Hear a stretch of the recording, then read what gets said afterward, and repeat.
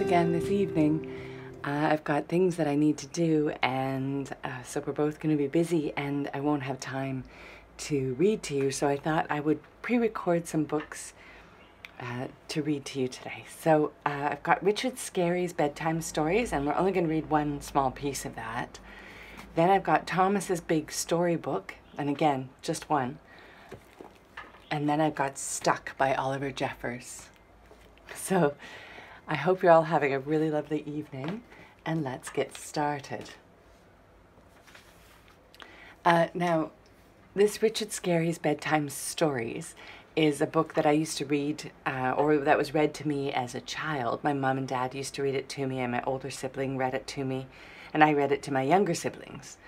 And the one that I'm going to read to you tonight is one of my favorites. I've always loved the drawings of Richard Scarry's, and we always loved this little guy here. His name is Lowly Worm, and he's always been an absolute favorite of ours.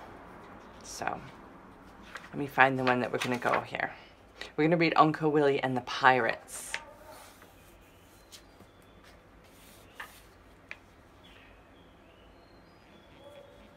So here we are. Uncle Willy and the Pirates. Not a soul dared to go sailing. Do you know why? There was a wicked band of pirates about, and they would steal anything they could get their hands on. But Uncle Willy wasn't afraid. They won't bother me, he said. So there's Uncle Willy saying goodbye to Aunt Willy. And he's not afraid of these pirates. He dropped his anchor near a deserted island. Aunt Pastry had baked him a pie for his lunch. Oh, sorry, it's Aunt Pastry and Uncle Willy. Of course it is. I think I will have a little nap before I eat my pie, said Uncle Willy to himself. Good work, isn't it? Uncle Willy went to sleep. Bzz, bzz, bzz. What is that I see climbing on board? A pirate. And another. And another. Pirates, Uncle Willy! Uncle Willy Uncle Willy couldn't do a thing. There was just too many pirates. Oh my goodness.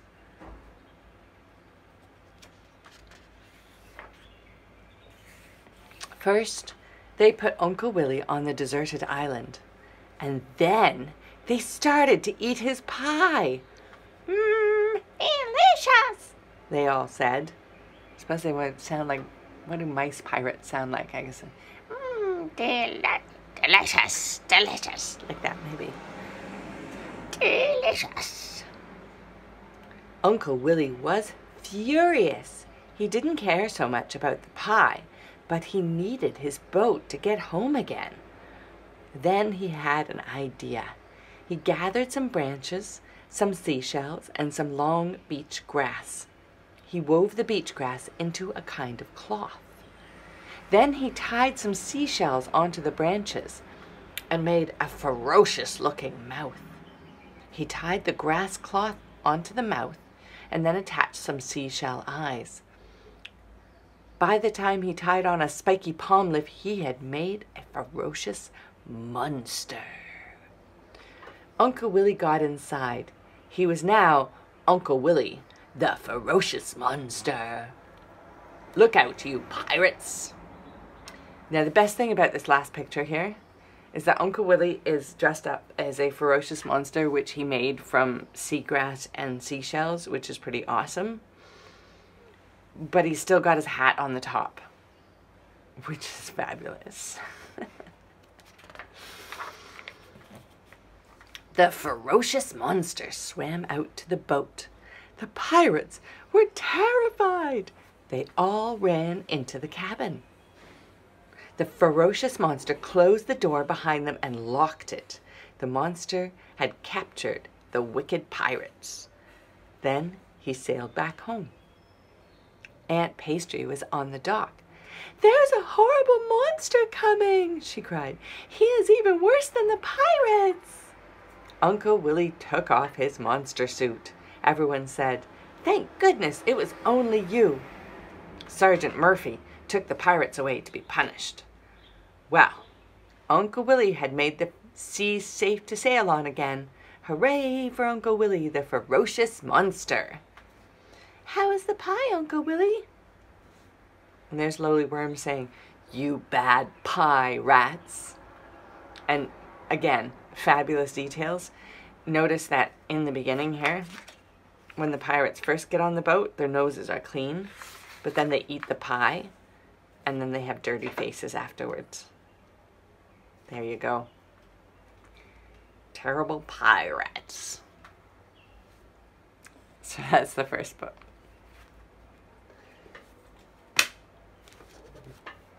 The second book is from Thomas's Big Storybook, 6 books in 1. But hey, how can you say no? Okay. Henry to the rescue. Gordon always pulled the big express. He was proud of being the only engine strong enough to do so. It was full of important people, like Sir Topham Hatt, and Gordon was seeing how fast he could go. Hurry, hurry, hurry, he said. Chickety-chock, chickety-chock, chickety-chock, said the coaches.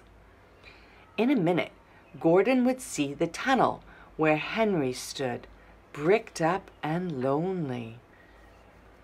Oh dear, thought Henry, why did I worry about the rain spoiling my lovely coat of paint?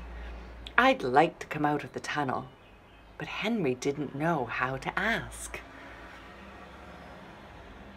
I'm going to boop boop at Henry, said Gordon. He was almost there when whee, shh, shh, shh. And there was proud Gordon going slower and slower in a cloud of steam. His driver stopped the train. What has happened to me? Asked Gordon. I feel so weak. You've burst your safety valve, said the driver. You can't pull the train anymore. Oh dear, said Gordon. We were going along so nicely too. And look, there's Henry laughing at me. Everyone came to see Gordon. Said Sir Topham Hatt. These big engines are always causing me trouble. Send for another engine at once. While the conductor went to find one, they uncoupled Gordon, who had enough puff to slink into the siding out of the way. Edward was the only engine left. I'll come and try, he said. Pooh, said Gordon. That's no use. Edward can't push the train. Kind Edward puffed and pushed and pushed and puffed, but he couldn't move the heavy coaches.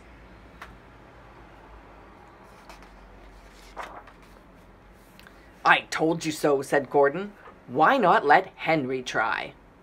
Yes, said Sir Topham Hatt, I will. Will you help pull this train, Henry? He asked. Oh, yes, said Henry. When Henry had got up steam, he puffed out. He was dirty and covered with cobwebs. Oh, I'm stiff, he groaned. Have a run to ease your joints and find a turntable, said Sir Topham Hatt. When Henry came back, he felt much better. Then they coupled him up. Peep, peep, said Edward. I'm ready. Peep, peep, peep, said Henry. So am I. Pull hard. We'll do it. Pull hard. We'll do it together. And they puffed together. We've done it together. We've done it together, said Edward and Henry. You've done it, hooray! You've done it, hooray! Sang the coaches. Everyone was excited. Sir Topham Hatt leaned out of the window to wave at Edward and Henry, but the train was going so fast that his hat blew off into a field where a goat ate it for tea. They never stopped till they came to the station at the end of the line. The passengers all said, "Thank you," and Sir Topham Hatt promised Henry a new coat of paint. On their way home, Edward and Henry helped Gordon back to the shed. All three engines are now great friends.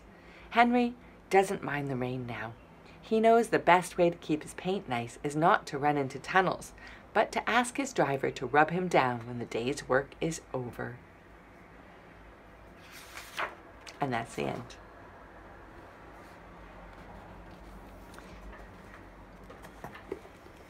So the last book that I have for you today has been lent to me by a good friend and a lovely person and her son.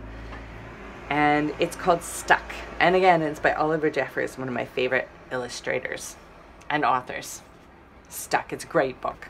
It kind of describes a lot of the current situation in many governments around the world, especially ours. Double down on your bad decisions. So it all began when Floyd got his kite stuck in a tree. He tried pulling and swinging, but it wouldn't come unstuck.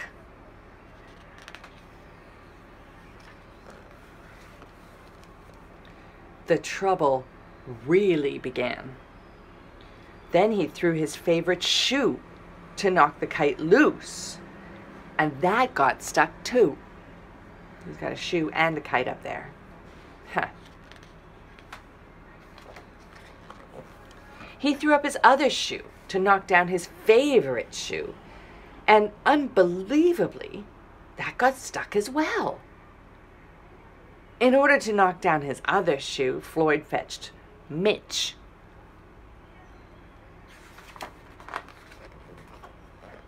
Cats get stuck in trees all the time, but this was getting ridiculous. There he is up in the tree with the shoes and the kite.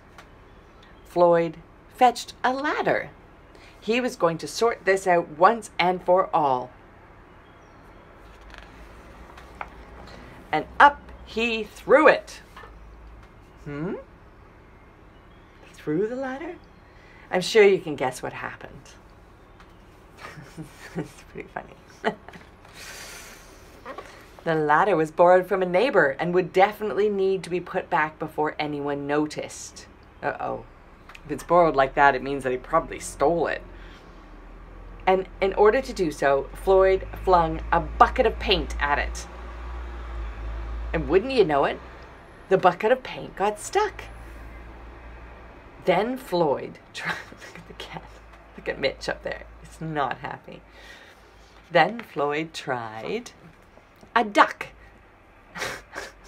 to knock down the bucket of paint, a chair to knock down the duck, his friend's bicycle to knock down the chair, the kitchen sink to knock down his friend's bicycle, their front door to knock down the kitchen sink. Oh my goodness, this is just ridiculous. The family car to knock down their front door. There's the postman saying, "Hello, is anybody home?" The milkman to knock down the family car. The milkman's up there talking to Mitch and saying, "Did you get up here the same way?" An orangutan to knock down the milkman, who surely had somewhere else to be with all his milk. A small boat to knock down the orangutan. A big boat to knock down the small boat. A rhinoceros to knock down the big boat. A long-distance lorry to knock down the rhinoceros. The house across the street to knock down the long-distance lorry. Floyd? A lighthouse to knock down the house no longer across the street. And a curious whale in the wrong place at the wrong time to knock down the lighthouse. Hi, what are you doing?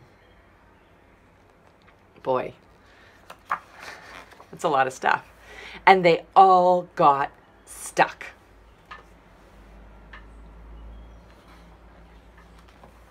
A fire engine was passing and heard all the commotion. The firemen stopped to see if they could help at all.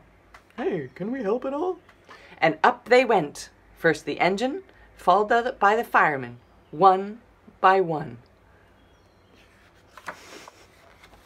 Floyd, just, yeah, it's a really bad idea, but don't admit you're wrong or try something different. Just keep doing it. Does this remind you of anybody?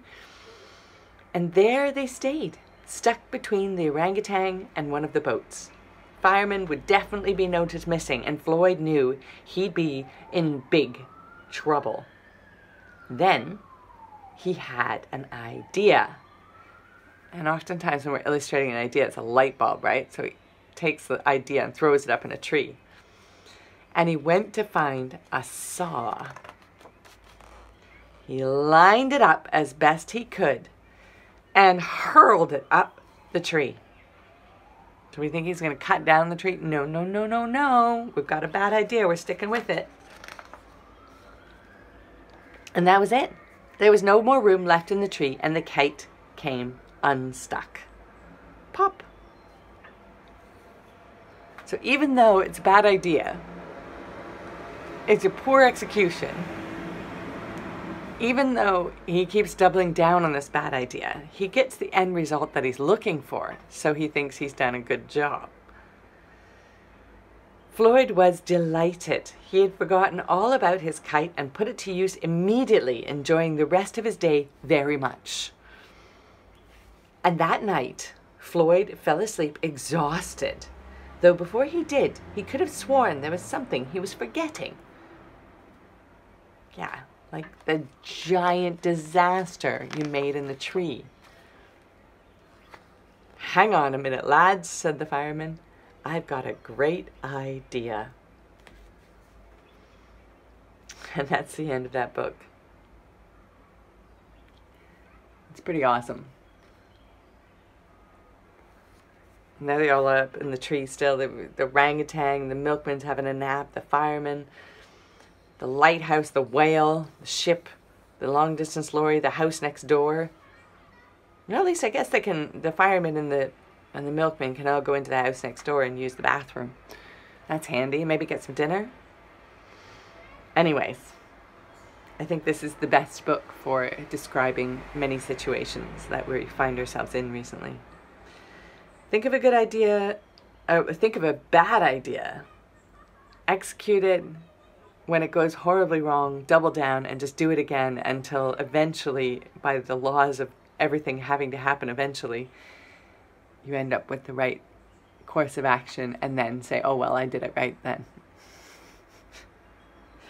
I hope you guys have a really lovely evening, and try not to make the same mistakes over and over again. Take care of yourselves, and we'll see you again next week. Bye-bye.